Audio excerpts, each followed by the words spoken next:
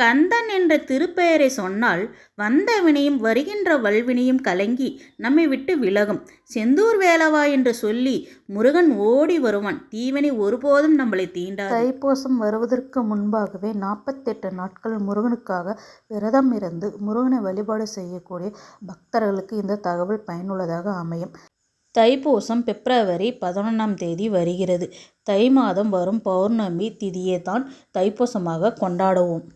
இந்த தைப்பூசத்திற்கு முன்பாகவே விரதம் இருக்க துவங்க வேண்டும் என்றால் விரதம் இருந்தால் 48 நாளை நிறைவு செய்து கொள்ளலாம்.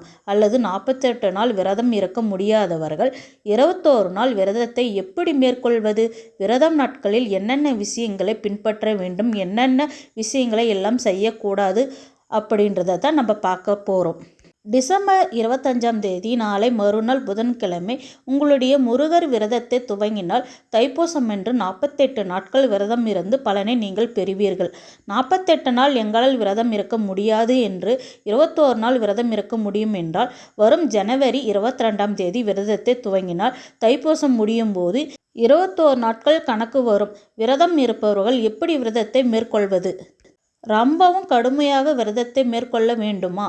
தினமும் எழுந்து தலை குளித்து விட்டு முருகன் கோவிலுக்கு சென்று முருகனை சுற்றி வந்து பிறகு வீட்டில் விளக்கை ஏற்றி பிரசாதம் செய்து நைவேத்தியம் வைத்து இப்படியெல்லாம் விரதம் இருந்தால் தான் பலன் கிடைக்குமா என்று கேட்டால் நிச்சயம் கிடையாது. உங்களால் இது எல்லாம் செய்ய முடியும் என்று செய்யலாம், சிறப்புதான், தவறு கிடையாது.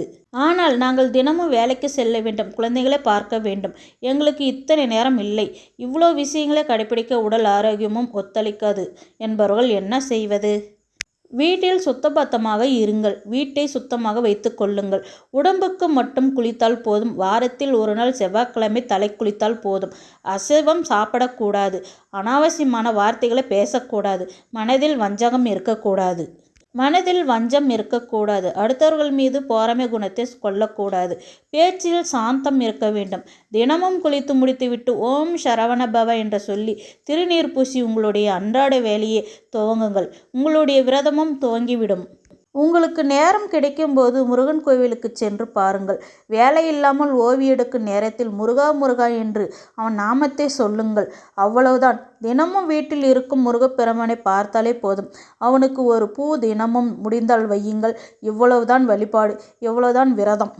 இந்த 48 நாட்கள் முருகனை நினைத்து நீங்கள் விரதம் இருந்து இந்த தைப்பூசத்திற்கு முருகப்பெருமானை சென்று தரிசனம் செய்து வந்தால் வாழ்வில் இருக்கும் மீத நாட்களை பற்றி நீங்கள் கவலை கொள்ள வேண்டாம். அந்த முருகப்பெருமானை உங்களோட வாழ்க்கையில் பயணிப்பார். உங்களுக்கு வரும் கஷ்ட நஷ்டங்களை அவனை ஏற்றுக்கொள்வான். மாதவிடாய் நாட்களில் வழக்கம் போல முருகனை நினைத்து விரதம் இருக்கலாம். அசைவம் சாப்பிடக்கூடாது. எப்போதும் போல இருந்து கொள்ளுங்கள். பூஜை அறைக்கு செல்லக்கூடாது. அவ்வளவுதான். முருகனின் நாமத்தை உச்சரித்து விரதத்தை தொடர்வதில் எந்த தடையும் இல்லை. நம்பிக்கை இருந்தால் இந்த வருட தைப்பூசத்திற்கு உங்களால் முடிந்ததால் 48 நாள் 21 நாள் விரதத்தை மேற்கொள்ளுங்கள். முருகனின் அருள் பரிபூர்ணமாக உங்களுக்கு கிடைக்கும். உங்கள் வீட்டில் நீங்களும் தைப்பூசம் சிறப்பாக கொண்டாடுங்க. முருகனை கைவிட மாட்டார். நம்ம சேனலை சப்ஸ்கிரைப் பண்ணுங்கள், லைக் பண்ணுங்கள், வீடியோ எப்படி இருக்குன்னு கமெண்ட் பண்ணுங்கள். கந்தா போற்றி, கடம்பா போற்றி.